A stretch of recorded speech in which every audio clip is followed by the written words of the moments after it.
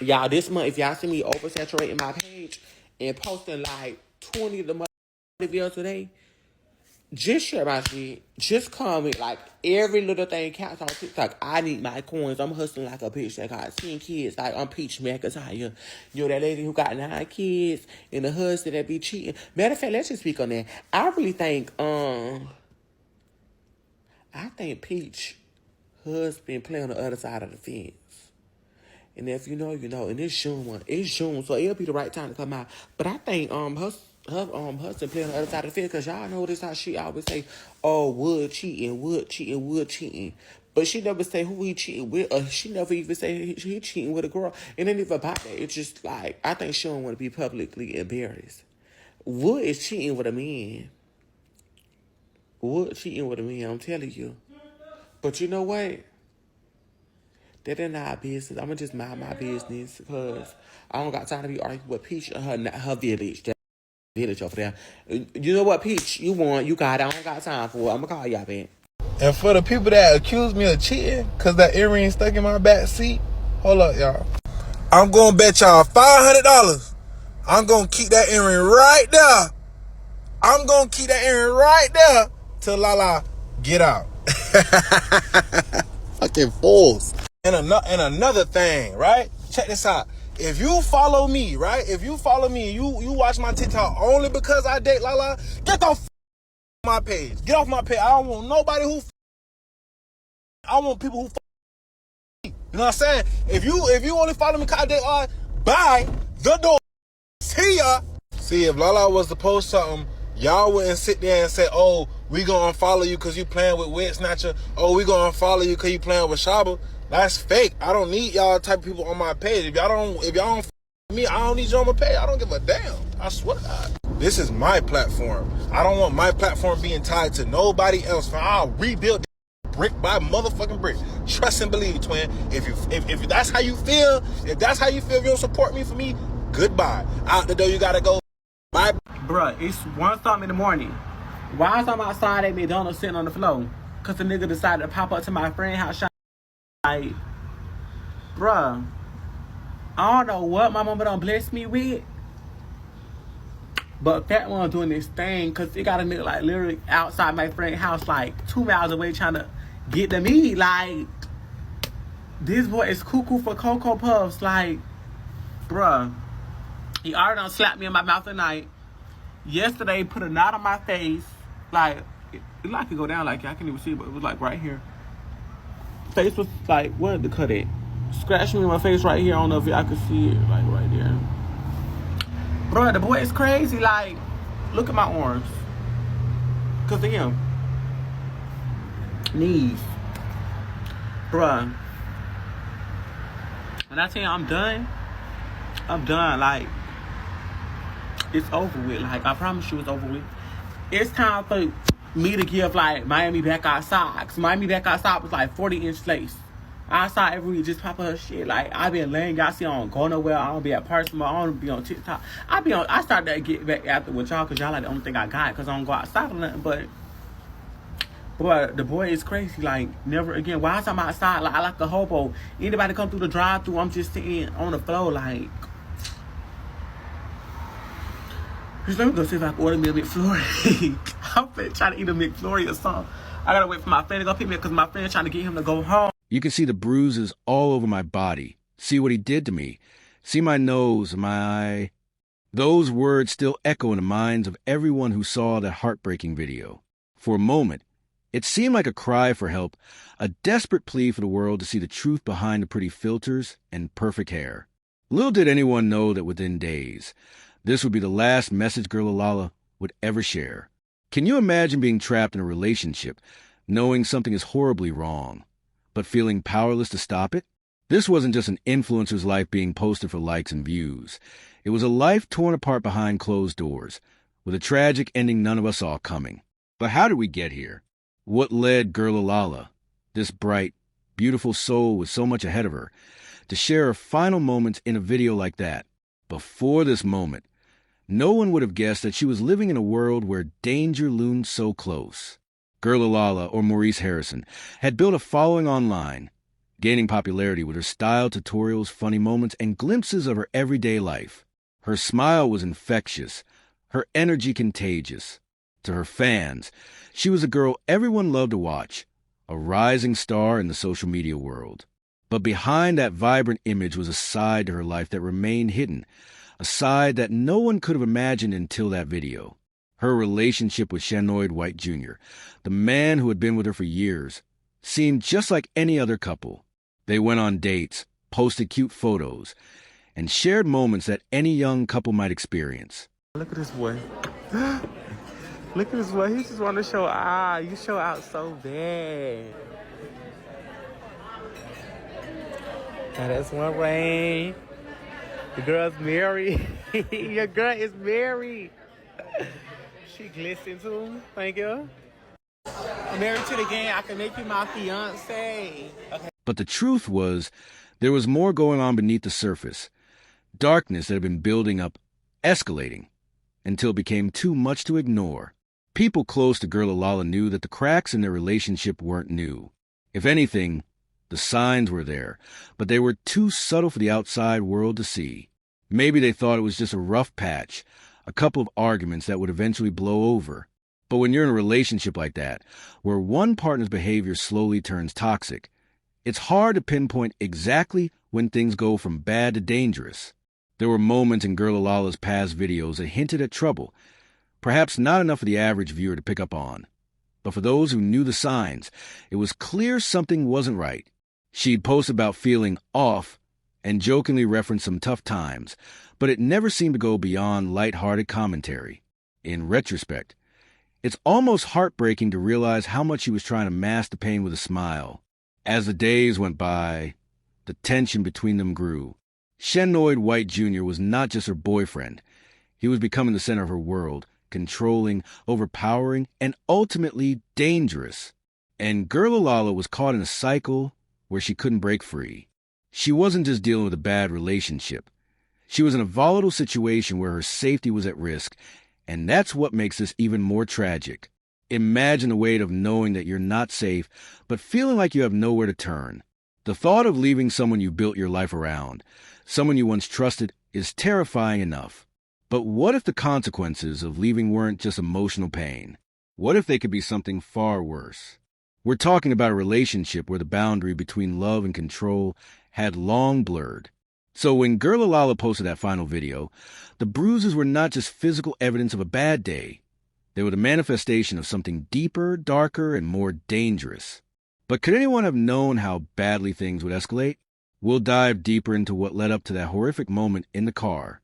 Stick with me, because what happened next is something nobody could have predicted as we move forward. It's important to remember that relationships like the one between GIRLALALA and Shanoid White Jr. don't just end overnight. There are always build-ups, those quiet moments where things feel just off enough to make you wonder, but not enough to raise alarms. For those on the outside, it might have looked like a normal couple going through some rough patches. But for GIRLALALA, those rough patches were starting to wear her down, and the tension was thickening every single day. If you think about it, there are so many red flags that can fly under the radar. The bruises, the emotional ups and downs, those quiet days when everything seemed fine, but deep down, something felt off. People didn't see what was happening behind the scenes, the escalating arguments, the small signs of violence, the shifting balance of power between them. If anyone had known, would they have stepped in? Would they have seen the signs before things went too far? Leading up to her death, GIRLALALA had been living in a world of constant uncertainty. She posted a few things on her social media, but by then, even her followers could see that the light in her posts wasn't the same anymore. Her once vibrant content, full of laughter and joy, had taken on a darker tone. Was it because she wanted to hide the truth, or because, on some level, she didn't even know how to talk about what was going on anymore? Now, here's the thing about toxic relationships. They don't just involve physical harm. It's the emotional manipulation, the power games, the control that creeps in so slowly that you hardly notice until you're already trapped. For GIRLALALA, it was all these things. There were times when she tried to show her fans she was fine, maybe even convincing herself. But the truth was becoming harder and harder to hide. And then there was that fateful night, the night that would change everything. We all know how these moments unfold in movies and documentaries. But this wasn't a movie. It was real life. The night that Shanoid White Jr. would kill the woman he had once claimed to love started just like so many others. A fight, heated words, escalating anger. What people don't realize is that in those moments, why it happens becomes irrelevant. Because when things go too far, when someone is pushed to their limit, the damage can be irreversible. On that night, GIRLALALA and Shanoid were in the car together. There had been another argument, one of those familiar fights that had been building up for days. It was supposed to be another argument that passed, another moment in the cycle that didn't really matter, but this time was different. This time, the fight turned into something else, something final. Shanoid was already spiraling. There was nothing stopping him anymore. Would have been a slap here, a harsh word there, escalated into violence in the blink of an eye. At that moment, something in him snapped. He shot her. Now, we know that this wasn't some spur-of-the-moment action. There was history here. History of anger. History of control. All that pain she had hidden from the world, the bruises, the quiet moments where she looked away, the broken pieces of trust, all of it had led up to this one terrible event. Can you imagine? One argument, one decision, and a young life is taken. Just like that. What happens next in the investigation is where the story shifts from tragedy to justice. How will the police find the truth? And what happens when the world finally starts listening? Stay with me, because what came after will shock you even more. The night GIRLALALA died, the police response was swift. They were called to the scene of the crime, but by the time they arrived, the damage was already done. Shanoid White Jr. was at the center of it all, the one who had pulled the trigger on GIRLALALA. But the question on everyone's mind was why? Why did this happen? Why had things escalated so dramatically, so quickly? What stood out to authorities from the moment they arrived was the oddness of the situation. There were no immediate signs of a robbery or any struggle. This was an attack that appeared random. No, this was personal. The whole scene felt like a breaking point had been reached, like it was a culmination of everything that had been happening behind closed doors for months, maybe even years. The 911 call that came in that night wasn't typical either. The person who called didn't seem overly frantic, which only added to the unsettling nature of the situation. As investigators arrived, they realized that what seemed like a domestic dispute gone wrong was something much darker. Shanoid, standing there in the presence of law enforcement, didn't seem remorseful. Instead, it felt like his actions had been calculated, almost as though the end result was inevitable. There was a coldness in the way he acted, a sense of detachment, like he had already made peace with what he had done. Now, think about it for a second. How often do we really know what's happening in someone's relationship? To the outside world, GIRLALALA'S life seemed perfect. She had a growing career, a large social media following, and what appeared to be a loving relationship. But in reality, it was far from perfect. For years, this young woman had been living in a constant state of fear, hiding behind filters, smiles, and TikTok videos, all while dealing with emotional and physical turmoil at home. How many people saw the cracks and ignored them? How many loved ones didn't step in sooner?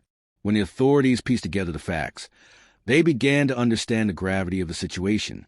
The video GIRLALALA had posted just days before her death, showing her bruised face, was crucial in giving them insight into the violence she had been enduring. It was a direct message, a cry for help that couldn't have been more obvious if she'd shouted it from the rooftops. She was trying to say something, trying to get her audience, her followers, and the people around her to see what was really happening behind the scenes. And yet, despite all the signs, it was too late. Shanoid's arrest wasn't an easy one. When they took him into custody, he was charged with first-degree murder with a firearm. The seriousness of the charge reflected just how severe his actions had been. But there were still so many questions left unanswered. Why had GIRLALALA not reached out for help sooner? Why had no one seen the warning signs? And why had Shanoid felt it was acceptable to escalate things to this extent? As the investigation continued, police started to piece together a picture of a relationship that had been toxic for a long time. They spoke to friends, family members, and even social media followers, all of whom describe a man who was increasingly controlling, abusive, and possessive. But what had started as a seemingly normal relationship had deteriorated into something much darker. Gerala, once a bubbly and vibrant personality, was now gone, and the world was left to piece together the remains of a life that was cut far too short. But even more disturbing was the idea that this could have been prevented. If only someone had recognized the signs sooner. If only someone had stepped in. How many other relationships are out there, hiding behind the same walls, where one person feels trapped, silenced, and ignored? Could this have been avoided? Stay tuned, because what happens next in this case isn't just about one woman's death. It's about what it says about how we see and respond to intimate partner violence in the world today. The investigation is only getting started, and the twist in this case will leave you questioning everything you thought you knew. As the investigation into GIRLALALA'S death progressed, it became clear that the case wasn't going to be as simple as it seemed at first. Shenoid White Jr. had been arrested. But what did it all mean? Was this just a tragic domestic dispute that had escalated beyond control, or was there something deeper at play? The authorities quickly started to build a timeline, piecing together the final moments of GIRLALALA'S life. The police interviewed witnesses and gathered forensic evidence. The car where the shooting took place had bloodstains and bullet casings, but it was the video footage of the crime scene and Shenoid's behavior afterward that stood out. He wasn't acting like someone who was shocked or remorseful. Instead, he seemed oddly calm, almost as if he had expected this to happen. That unnerving reaction didn't make sense to investigators, and it raised more questions than answers. Through interviews with those closest to GIRLALALA, including her friends and family, a disturbing picture began to emerge of the relationship between her and Shenoid. While he had once been described as loving and kind, there had been a gradual shift over time. Witnesses recalled that Shenoid's behavior had become more possessive, controlling, and, at times, downright aggressive. GIRLALALA, always so open with her fans, had never fully revealed the extent of her struggles. Behind the filtered smiles and laughter, she had been battling something far darker. Her family, close friends, and even some of her followers noticed a change in her energy, her vibe, and the way she seemed distant at times. The bruises, the cuts, they were all warning signs that had been ignored or dismissed. Maybe it was because they didn't think the situation was as bad as it seemed. After all, domestic violence is often hidden, disguised behind closed doors. The signs can be subtle, sometimes until it's too late. As the investigation unfolded, the police found more evidence pointing to the escalating nature of the abuse. Shenoid White Jr. had been manipulating and controlling her for some time. His jealousy, temper, and actions made it clear that this wasn't just a one-off incident. It was a pattern that led directly to GIRLALALA'S tragic end. And what about the community's response? The outpouring of grief was palpable. Fans, friends, and family members mourned her loss, some expressing their shock and disbelief that this vibrant young woman, who had touched so many lives with her kindness and humor, was gone. The world had lost someone special, and no one knew how to reconcile that fact. It was a wake-up call for so many, but the questions remained. How could this have happened? Could it have been stopped? When Shenoid White Jr. was formally charged with first-degree murder, the community was left reeling. How could someone who was supposed to be a partner, someone who had shared her life, take it away in such a violent and final way? But what made this even more unsettling was the coldness of his actions, the way he seemed to show no remorse, like it was just another chapter in their troubled story. Was this simply a case of fury overtaking reason, or did Shenoid have a deeper, more sinister motivation? As the trial continues to unfold, GIRLALALA'S family and community are left with more questions than answers. What happens to the person left behind? To the ones who loved her, who shared her laughter, who supported her from the very beginning? The effects of this crime reach far beyond just one person. They impact a whole community, a whole online world. And the story of GIRLALALA'S death is far from over. The case has left a lasting mark on all of us. It's a reminder of the importance of recognizing the signs of an unhealthy, abusive relationship and the need for intervention before things spiral out of control. As we reflect on GIRLALALA'S life, it raises one very important question. How many other stories like hers are still going unheard? What can we do to make sure this doesn't happen again? What changes need to be made, both in our personal lives and as a society, to protect those who are vulnerable? Girlalala's story didn't end the way it should have, and her death should serve as a wake-up call for us all. If this case resonates with you, share this video to help keep her story alive. Like, comment, and subscribe to Crime Lab Report for more content on stories that demand justice. Let's not let this one stay in the shadows.